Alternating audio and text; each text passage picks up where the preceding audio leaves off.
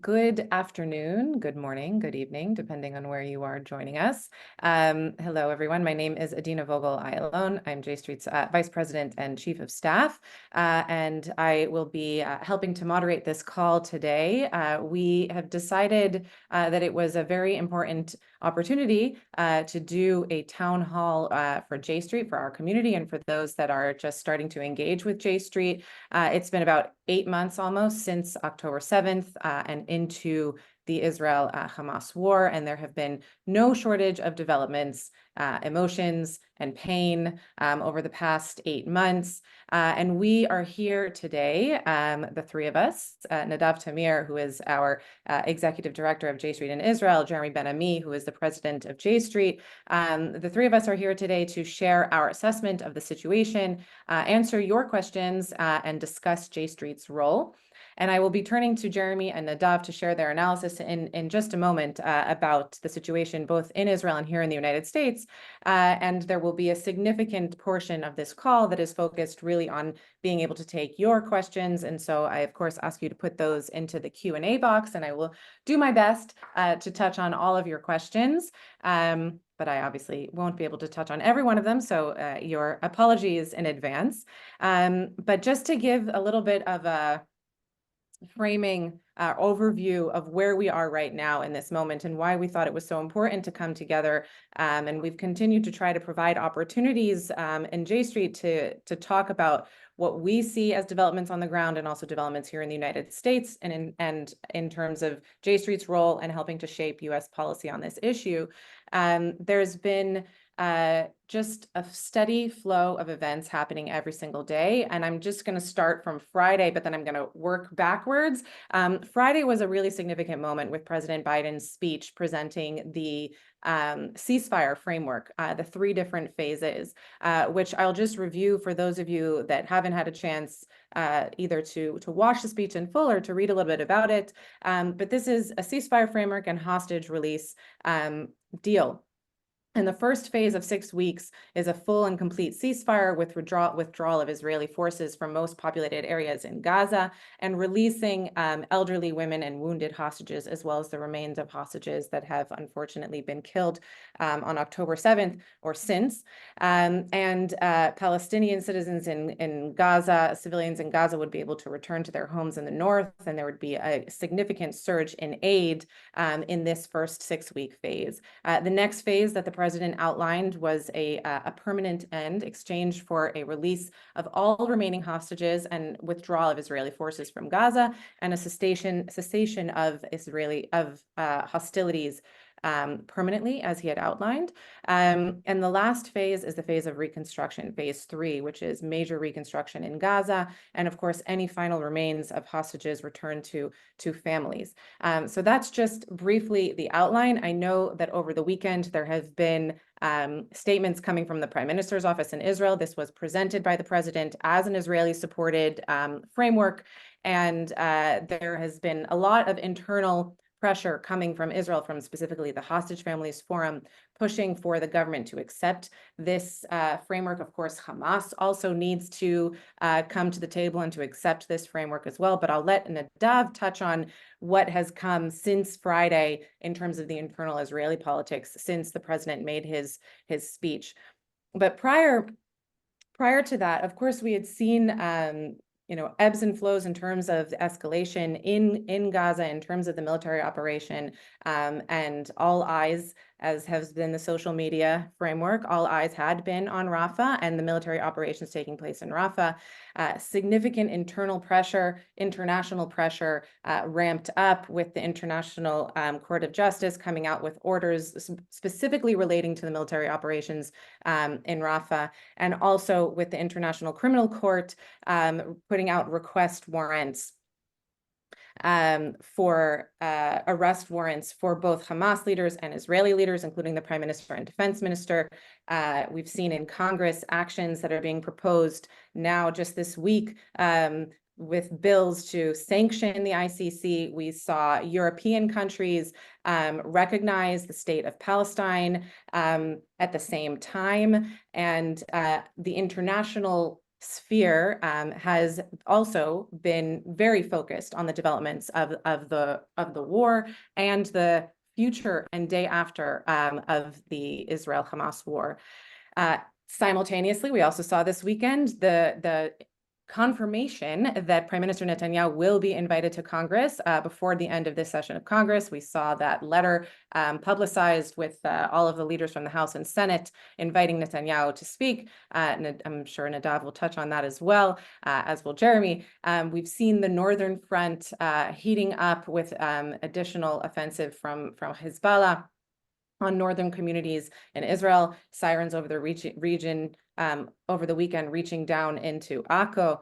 And we also finished out a very tumultuous semester at many universities across the country. And J Street U, our student arm, was very much involved in witnessing how these tensions played out on campus. And of course, there was concern among Jewish students as well as the community, the broader American Jewish community, about uptick in anti-Semitism.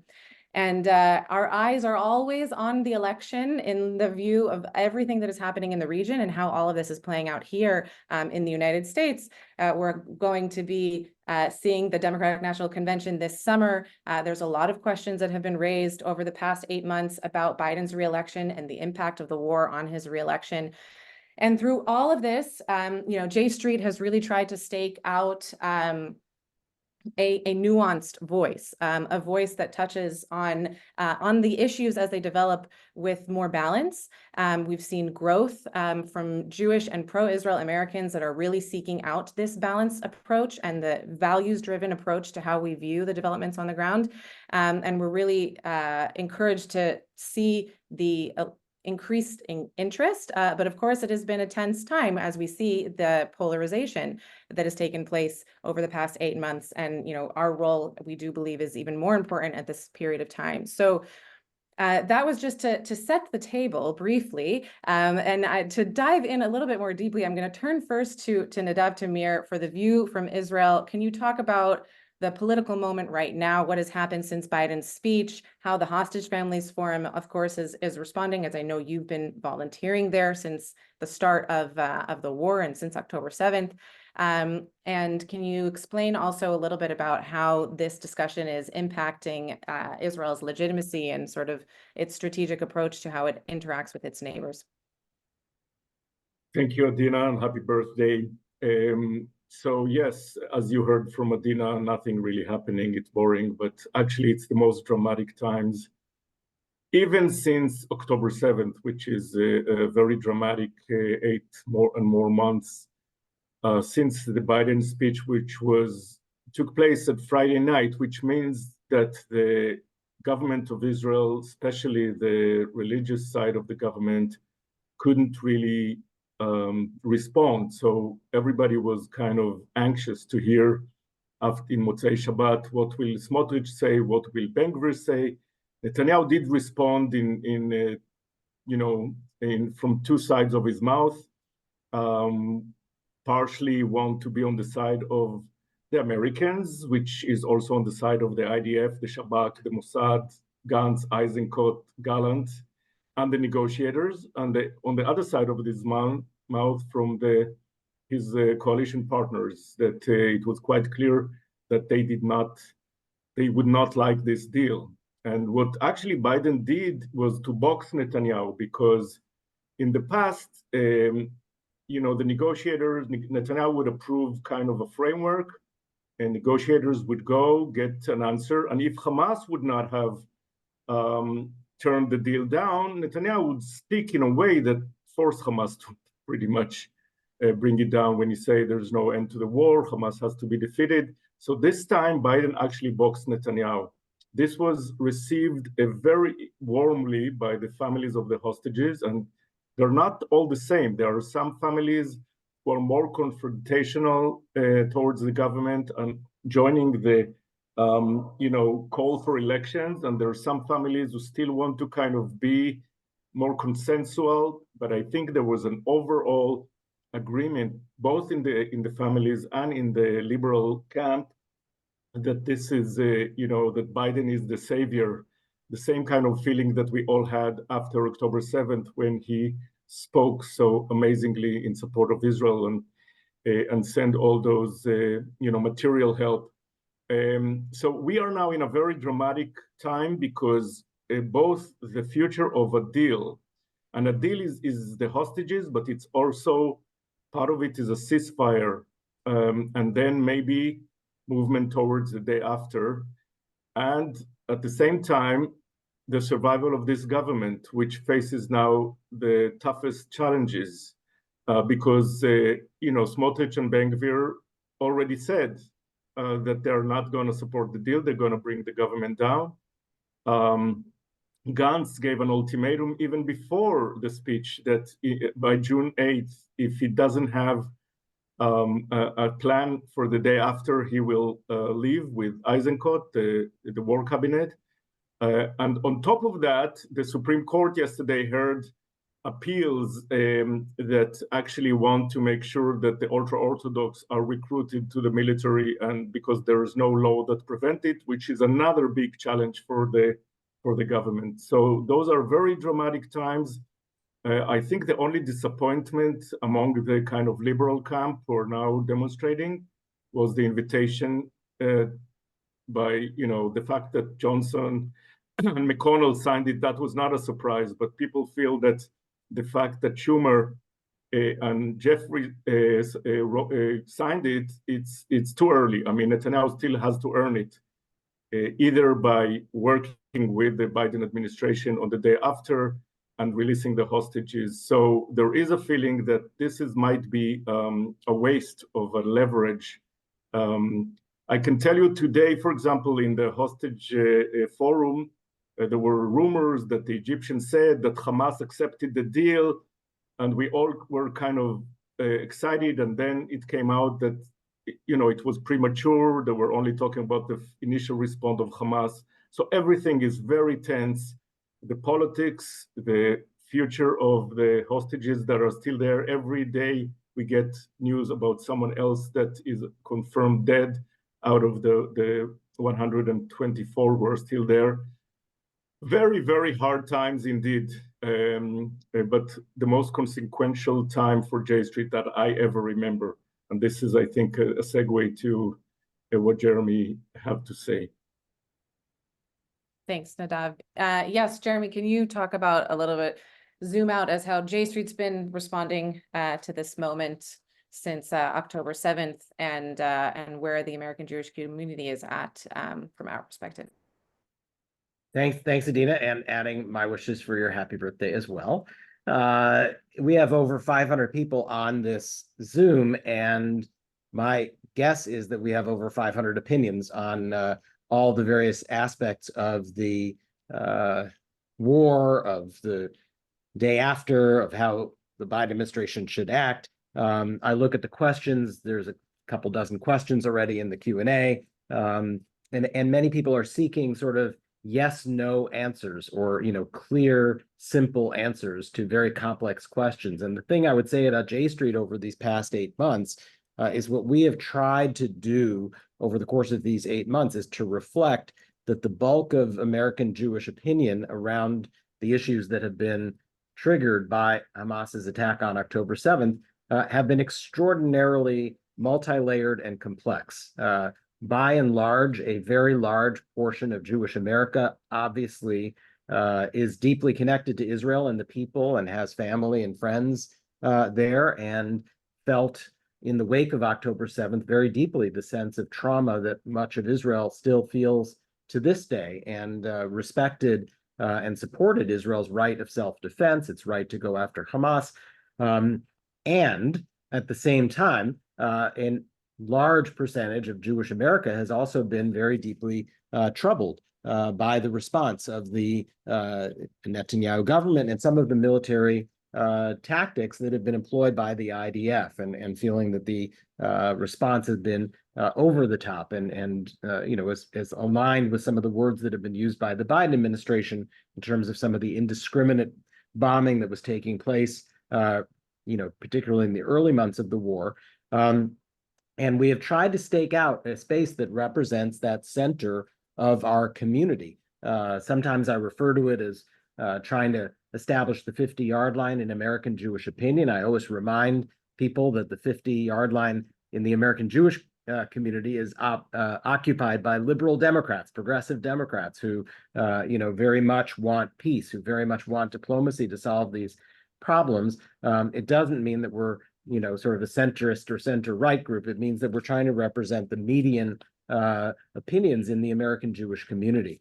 And so that has been where we have been over these 8 months. And starting in January, we reflected that we felt this war was not getting where it was intended to go. We were not seeing the end in sight. It was time for diplomacy. It was time for a negotiated stop. We started using the word ceasefire probably in March. Words are very difficult, as everybody knows, and there's some questions in the chat about terms like genocide and other words that are out there. And we've tried not to get caught up in the arguments over specific words, but to highlight the actions that we would like to see come, and to focus on what is the solution to this conflict. What is the underlying resolution to the conflict? What does the day after look like? And so our response over these 8 months has been characterized by looking for the center of American Jewish opinion, by balancing and using the word and, recognizing Israel's trauma, recognizing Palestinian trauma, recognizing the pain on all sides here, and the need for a diplomatic and political resolution.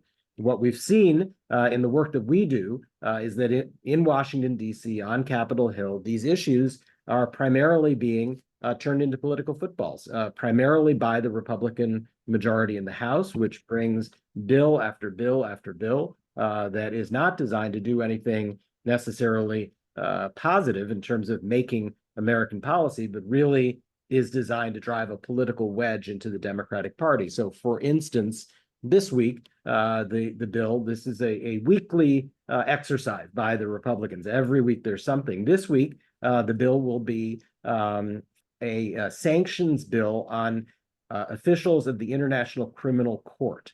And this is a policy that Donald Trump put into place to sanction ICC officials, and the Biden administration, with J Street's support, rolled it back.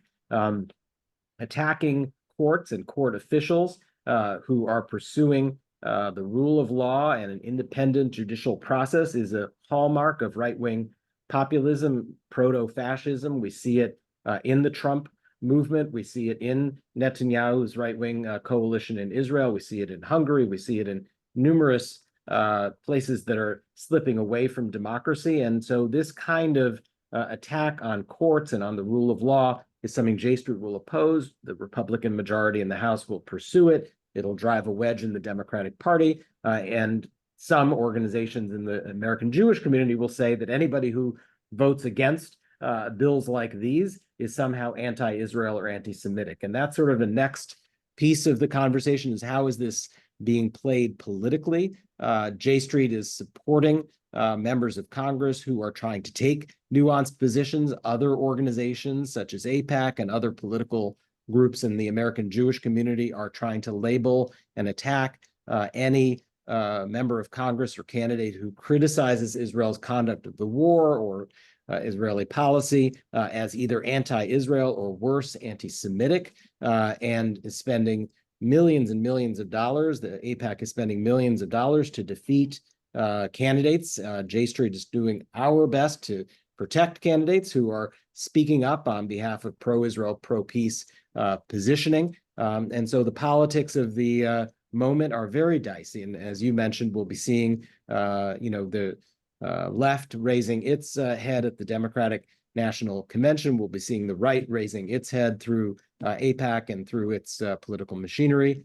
And then finally, you mentioned as well campuses and the anti-Semitism issue, another area of focus for J Street. There's plenty of questions in the chat relating to that, and I'm sure that'll come up a lot more. J Street has been very involved in the coalitions that are trying to ensure that there is no legal definition of anti-Semitism passed through Congress that will define criticism of Israeli policy as anti-Semitism or even anti-Zionism. As much as we are a group that does support Zionism as the legitimate pursuit of a national home for the Jewish people.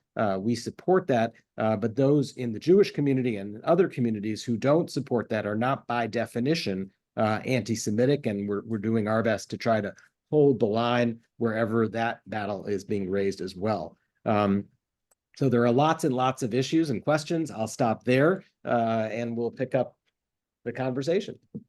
Great. Thank you, Jeremy. And thank you, Nadav. I've been trying to do my best to scroll through the questions and to try to combine and see the themes of, as you touched on some of the themes that have come up in the questions. The first theme, and Nadav, these will be for you, relate to the state of this current coalition and the potential for elections.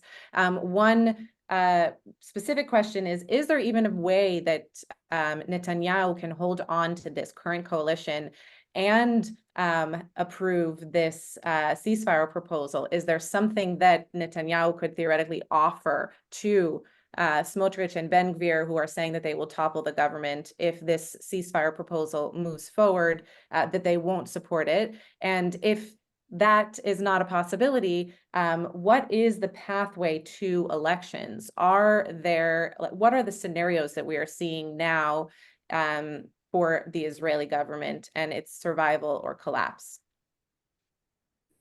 So one of the things that became obvious for quite some time is that Hamas will not accept a deal that is not stopping the war, and Netanyahu will not approve a deal that is stopping the war. And the role of the negotiators was to find a formula where Hamas could say to himself, to his supporters, that the war, is over, and Netanyahu could tell his people that that the war will continue.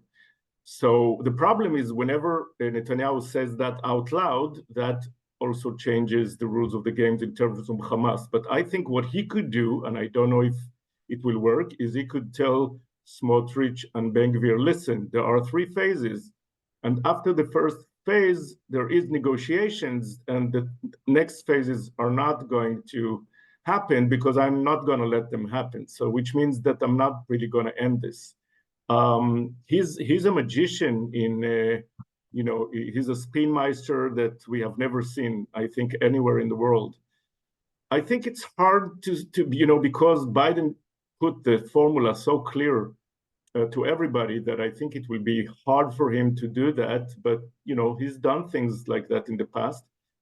If he decides not to go with the deal, theoretically, he could still remain in power because he still have 64 members of Knesset out of 120.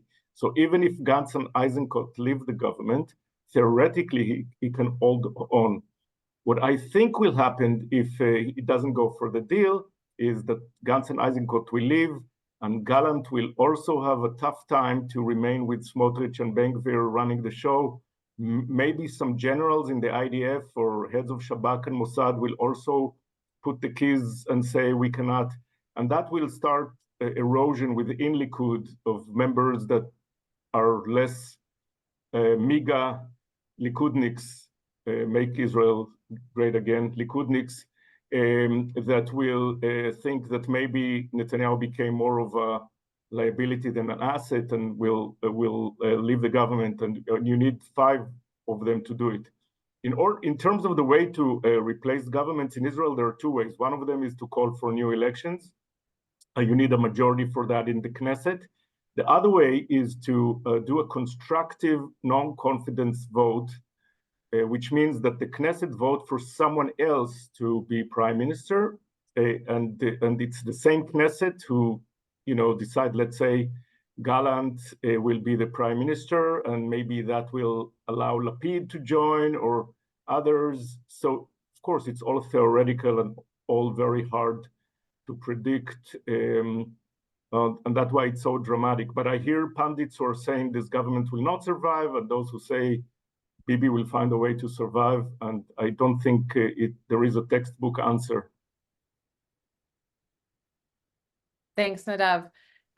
So another theme that I had seen within the questions relate to the day after and the approach that J Street takes towards advancing a resolution to the conflict, a two-state solution, in what context, and also specifically to, in this day after approach, how do we address Palestinian governance, and specifically also Palestinian governance in Gaza? So Jeremy, I'd love for you to touch on that.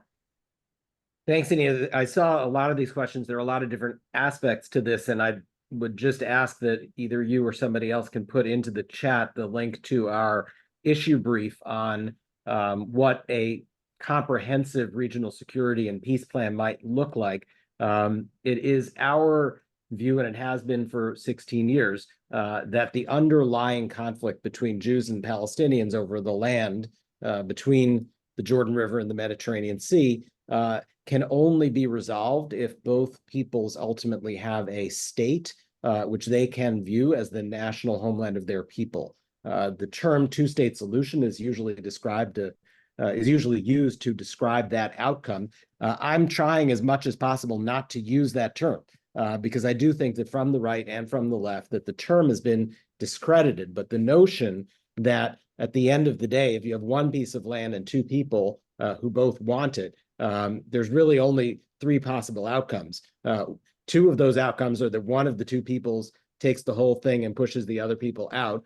And the third outcome is that they share it. And those are really the only potential ways out of this. And since I don't want to see the, either side, pushing the other side out, I think the only way to actually have this conflict resolved is a diplomatic negotiated agreement that results in two states. But the key to this is that we have this unique moment of opportunity when, even despite 8 horrific months of war, the Middle East, the Sunni Arab world that has rejected Israel for much of the 7.5 decades of its existence, is ready to accept the existence of a state of Israel. And that potential for broad-based normalization of Israel's relations with its neighbors is an incredible incentive to Israel, to the people of Israel, to the state of Israel, to a future rational government of Israel, to make the kinds of necessary, difficult decisions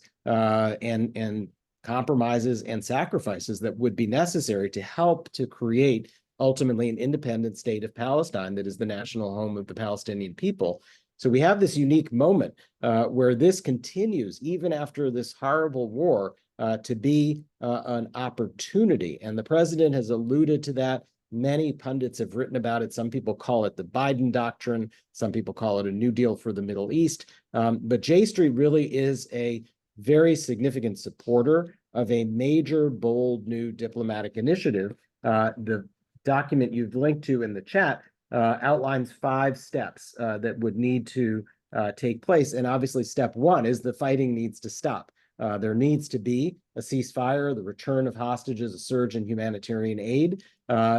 And as that goes into place, which we can only hope is going to be in a matter of days or within the coming weeks, we urge that the president, together with support from other international actors, lay out a bold vision of what the future for Palestinians, for Israelis, and for the broader Middle East is, and that a process begin of negotiations with the U.S. and Palestinian leadership and the U.S. and Israeli leadership to outline what it will take to create a Palestinian state that the United States will recognize and to secure broader Arab recognition and normalization of relations with Israel. And there are a lot of steps that particularly relate to the West Bank and to occupation and to settlements. A lot of them are questioned in the chat. There will have to be discussion of borders. There will have to be discussion of incentive programs to get some settlers to relocate.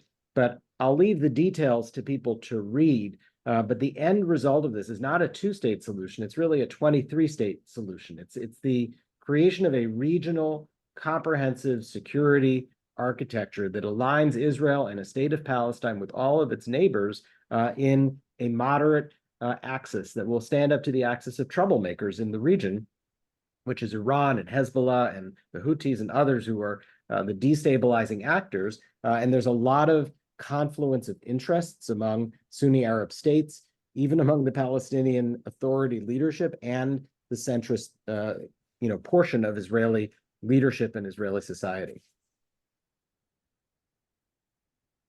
Thanks, Jeremy. Nadav, do you want to expand upon that and from an Israeli perspective in terms of support that exists or the challenges that we face currently within Israeli politics and towards to getting to this comprehensive regional agreement?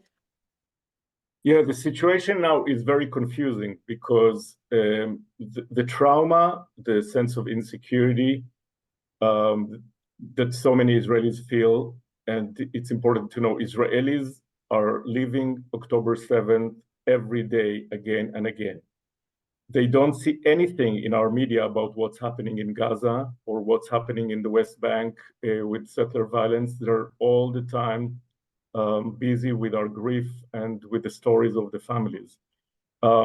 It's, by the way, a mirror image because Palestinians think that all the stories about October 7th are Zionist propaganda, and Israelis think that all those stories about suffering in Gaza is Hamas propaganda accepted by anti-Semitic world and the ICC and all of that. So we have two people traumatized, and that is not a good time, for initiative to come from here. Even though I have to say that if you're following the Accord research and also the Khalil Shkaki research in Palestine, you see that even after 8 months, which is still not enough, people are starting to move to a more rational place. And the rational place is actually the story that October 7th, the lesson is we have to solve it. It will blow in our faces every time, and we cannot normalize relations without the Palestinian element, and we cannot empower Hamas and keep the PA high and dry. So when you talk to Israelis about two states as part of a regional thing that will actually bring them more security, the security has to be essential. And that we're talking about the militarized Palestinian state, we see more and more Israelis moving to that support. But I want to remind all of you that Israelis were traumatized after the Yom Kippur War, and that trauma eventually led to the peace with Egypt. And the Israelis were traumatized after the first Intifada, and that led to Oslo. And the second Intifada led to the withdrawal from Gaza. So I would say Israelis and Palestinians eventually will come around, but the world should not wait for us. And American leadership is crucial, both because if they make the two-state solution feasible again, it will revive the peace camp in Israel and it will revive the two-staters among Palestinians. But more than that, because the world realized that there are so many spillover effects to this conflict, whether it's campuses on the US or the elections in America, in European countries, the Ukraine war, everything is influenced, and you cannot just wait for Israelis and Palestinians to come to their senses. Thanks, Nadav. I'm going to switch topics just because I saw another series of questions in the chat that related to the invitation of Prime Minister Netanyahu to Congress. So, Jeremy, I'd love for you to talk about specifically why you think it was that he was invited. What is our approach to this invitation of Netanyahu to Congress? And then, Nadav, I would love after that to hear your take from Israel on this invitation and how it's being perceived in Israel. So, there was no reason for Prime Minister Netanyahu to be invited to Congress at this time. Falls into the category that I was saying earlier about the constant search by the Republican Party for wedges to drive in the Democratic Party, because the Republican leadership knows that an invitation to Prime Minister Netanyahu to speak in front of Congress is going to result in every Democrat's, head exploding, essentially, as they try to figure out, do I go, do I not go, dealing with all the incoming pressure from both sides on that issue. So this is just another convenient example for Republicans. What is unfortunate is that I think the Democratic leadership got boxed in by the Republican leadership in, joining this call. Senator Schumer, had just given in March a very significant speech that I don't think we should forget, that really outlined the views of J Street and outlined the views, I would say, of this, the center of the American Jewish community, the majority of Jewish Americans. And in it, he was deeply critical of Prime Minister Netanyahu. He went so far as to actually call for new elections, and he was taking a lot of heat. And that, in precise response to that, is when Speaker Mike Johnson then said, well, we're going to go ahead then and invite Bibi Netanyahu to come here and speak. Politically speaking, and in terms of political gamesmanship, that was a very good move from Johnson, and it caught Schumer a little bit off guard, and the leader then agreed to join into that invitation. I think it might have been a little bit of pressure he was feeling, having gone so far in his speech. It then took 3 months from the initial discussion of this to the actual letter being sent last week. And Speaker Jeffries, too, I think was boxed in by Leader Schumer and had to, sign on to the letter as well. This is a terrible, situation when Israel becomes just a nonstop political football. This is not in the best interests of Nadav. I think you'll agree. This is not in the interest of the state of Israel, the people of Israel, the long-run U.S.-Israel relationship that should be grounded in a shared set of values and interests and a commitment to democracy. All the things that we would like to see the U.S.-Israel relationship based on are bipartisan, long-term, and they're undercut when these moments are made into political footballs. And so this is not in the best interests of the U.S.-Israel relationship. It's not in the best interest of the American Jewish community, and it's an unfortunate thing. And we've dealt with this before, as we did in 2015 when Netanyahu came here and went against a sitting U.S. president and argued against the Iran nuclear agreement. That has hurt the U.S.-Israel relationship. It has hurt bipartisan support for Israel, but that is in the interest of the sort of BB MAGA alliance. It is in the interest of the Republican Party to show divisions among the Democratic Party over these issues. And it's a very unfortunate thing for those of us who care about actually reaching peace, actually resolving this conflict, and having a secure future for the state of Israel. Nadav, before I turn to you, just quickly, I just want to stay with Jeremy for one moment to just drill. You did mention, of course, AIPAC as you were going through your introductory remarks, and just specifically on this point, at this point in time, where do you see AIPAC's role, one, within responding to the president's speech, and also how do you see AIPAC positioning itself vis-a-vis Netanyahu right now? Right now, we're basically in between a stage in which there are right-wing elements of this government that are very much, threatening Netanyahu. Do you see AIPAC positioned here playing a role that would try to influence the outcome of this framework?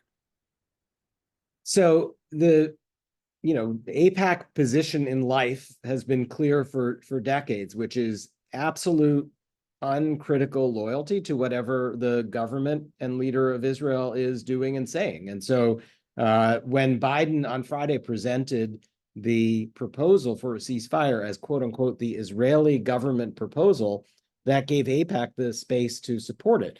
But if Netanyahu changes gears in the coming days and suddenly turns against the proposal that he himself authorized being put on the table, I'm sure that AIPAC will then, echo the Israeli government and Netanyahu's position as to why the deal is no good. And that's the, fundamental flaw in an approach of advocacy that basically says we have no independent thoughts of our own. We're simply going to follow and agree with whatever, an external force is saying and doing. And that's the AIPAC approach to the U.S.-Israel relationship. J Street's approach is different. J Street takes a view that we actually have opinions and we actually think certain things are good or bad, and we will advocate for them. And AIPAC not only has this advocacy role, but it's now turned into an electoral political machinery, right? This is brand new over the last 2 or 3 years, the formation of a PAC and a super PAC and the spending of tens of millions of dollars to defeat politicians and members of Congress who are bold enough to criticize and take on the Netanyahu government. And, we should remember that AIPAC's funding comes primarily from Republican billionaires, and they spend the money that they raise primarily in Democratic primaries. And they have become a Republican political actor on the American political scene, and no longer just simply a bipartisan supporter of the U.S.-Israel relationship. And that's, I think, a bad thing, again, for Israel and for the long-run U.S.-Israel relationship. Thanks, Jeremy. So Nadav, yes, back to you about the perception of this invitation in Israel. Yes, first of all, as a former diplomat for many years, bipartisanship was always something that we tried to hold and keep Israel not as a wedge issue. And of course, Netanyahu in his years became very much in symbiosis with the Republican Party, with evangelical Christians, and now with MAGA Republicans. In Israel, we saw a huge change when this new, more right-wing ever government came to power, that all of a sudden there was a kind of a revival of the liberal camp that for many years was really not political, not ideological. All the energy were with the Messianic settlers, with the ultra-Orthodox or the corrupt Likudniks, and all of a sudden people were in the streets and find their voice. And at that time, it was clear that while Biden embraces the effort to save Israel democracy, he shows a cold shoulder to Netanyahu and did not invite him to the White House, which was unprecedented. And actually, the same happened after October 7th, that he was supporting Israel, for its survival, for its security, but kept on saying that Netanyahu is not conducting this war correctly. So I think many people in the liberal camp in Israel, of course, the base of Netanyahu is very happy about this invitation, but the liberal camp, those who really are the heir of the connection between liberal Jews and liberals all over the free world, are unhappy. They feel that even if he would have been invited, it should have been conditioned on after releasing the hostage, after a deal, after taking responsibility for the worst thing in Israel history. And the feeling is that he's getting a kind of a reward before he earned it. And as usual, he will turn it as, oh, again, I'm this kind of magician who could play the world scene. So it's very disappointing. I recommend reading Amir Tibon opinion piece in Haaretz in English today, who actually saying it's, what Schumer and Jeffries did are kind of a stab in the back of Israeli liberals who are now are back to being a force, even though they're not representing in this Knesset, but they will be much more represented in the next Knesset. Thanks, Nadav. I was just trying to put Amir Tibon's article into the chat, which I just did now. So Jeremy, over to you. So earlier last week, after we saw the strike in Rafah, and of course, there have been continued issues in which J Street has raised its concern relating to the conduct of the war. And we spoke very specifically about U.S. Points of U.S. leverage. Can you talk a little bit about those points of leverage, and then specifically the question that has come up after Biden said that he would withhold shipments of certain arms to Israel? Where does J Street stand on our leverage, and then specifically the position on withholding specific weapons? So yes, the United States has a couple of very important points of leverage when it comes to trying to influence Israeli policy. Obviously, as an organization that wants to have a positive U.S.-Israel relationship, it is not, our position of choice to say that the United States government should be leaning in on an Israeli government to try to shift the way that it's approaching issues. But we do, in fact, have significant points of leverage. One is that we still are shipping a very large amount of weaponry, of arms, of material from the United States to Israel, and that is critical to its security and critical to its ability to continue to pursue the war.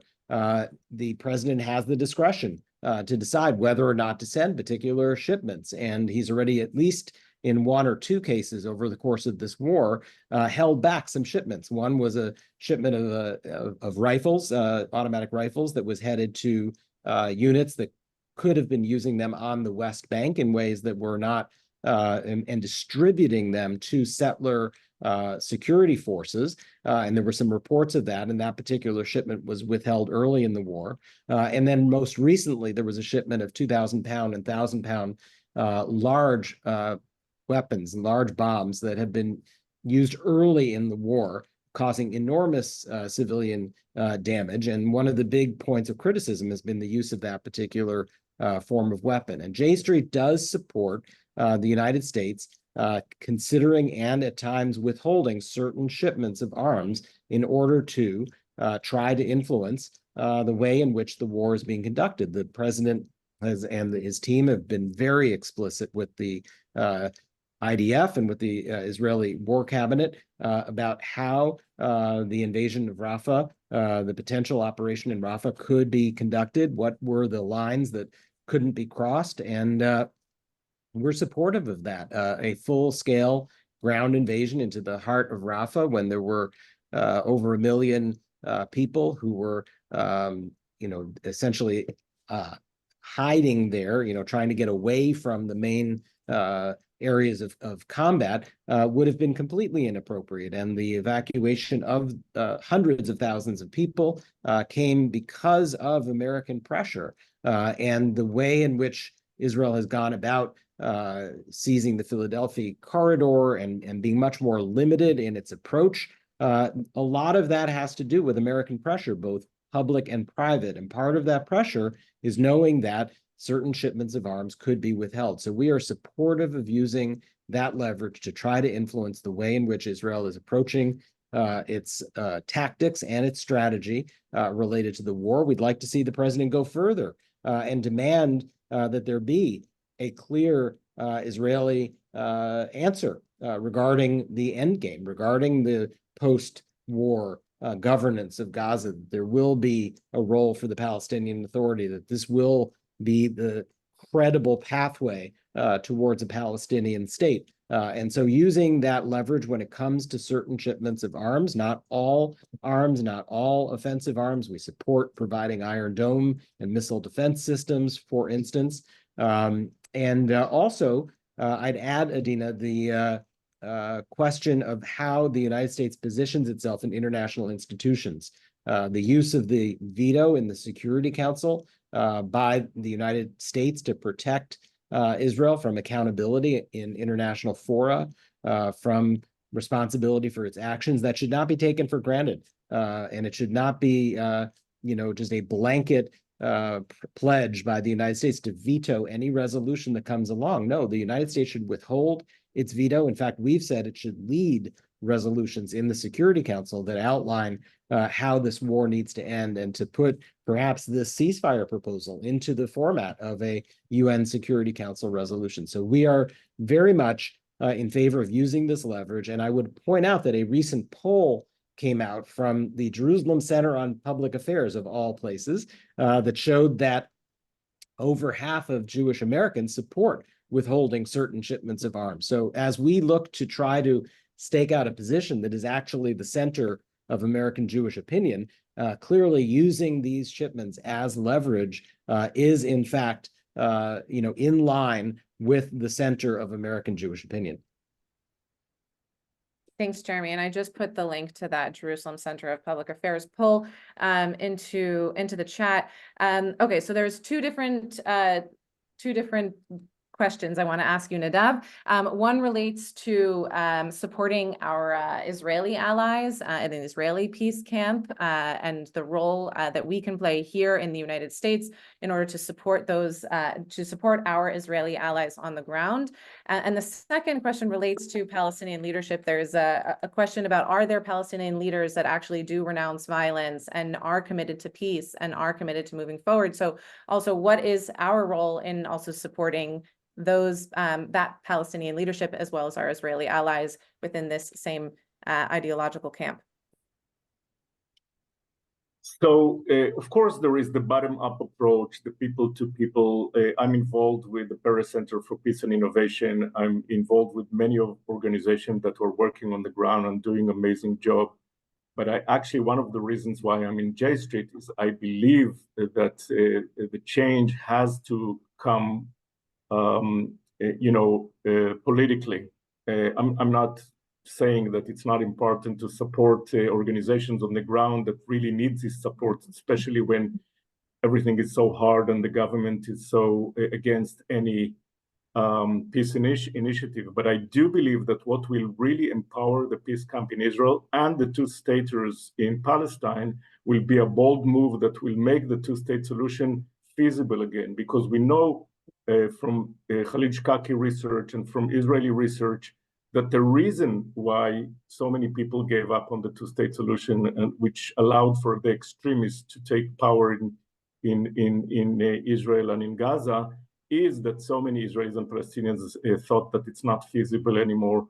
And when you don't have hope, you tend to be more extremist. So there's nothing that could help our partners on the ground more than a bold American initiative that, you know, will be done with the Arab neighbors in in this region that, just like us, they want Hamas defeated, but they understand that it cannot be defeated just by military, and that we have to make sure that the Gazans who are suffering have an answer. So this initiative could do miracles to Israeli politics and to Palestinian politics, and we have Palestinian partners. Unfortunately, Abbas, Abu Mazen, the way we call him in the Middle East, became completely illegitimate among his own people because of the so many years that there were no elections, because of corruption. A lot of it is Israel's fault, because when we said, when we never give him anything to deliver for his pro-diplomacy and for his collaboration with us on security, we actually made him weaker and weaker.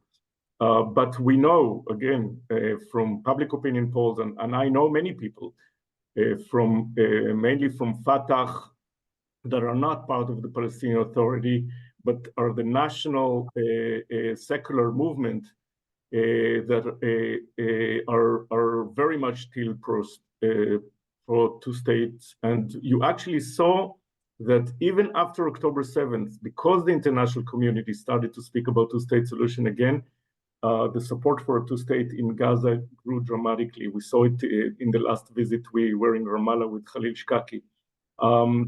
So when Biden is saying revitalize Palestinian Authority, he means exactly that. He means that the current leadership of the PA is not the answer, but it is definitely Palestinians who are moderate and not Hamasnik, who are still the majority among Palestinians, and they could and should be our partners.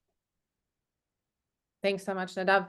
And as we are getting close to the top of the hour, Jeremy, I'm going to ask you to touch on two different issues that have come up in the chat. One is about the role of the pro-Palestinian protests and their impact, or anti-war protests also, and their impact on Biden and his shaping of his policy and also the elections. And of course, the question that has been taken over the American Jewish community is sort of, what is the approach to these protests? And a lot of people have been, saying that these protests, if they are anti-Zionist protests, then they must be inherently anti-Semitic. What is J Street's approach to that question? And how do we see these protests having an impact on the election and Biden's foreign policy? So both really, really important and significant questions. On the political front, there's no question that there is an impact that this war and the reaction against it are having and will have on the politics of 2024. There's a lot of different impacts, though. It's not just one impact.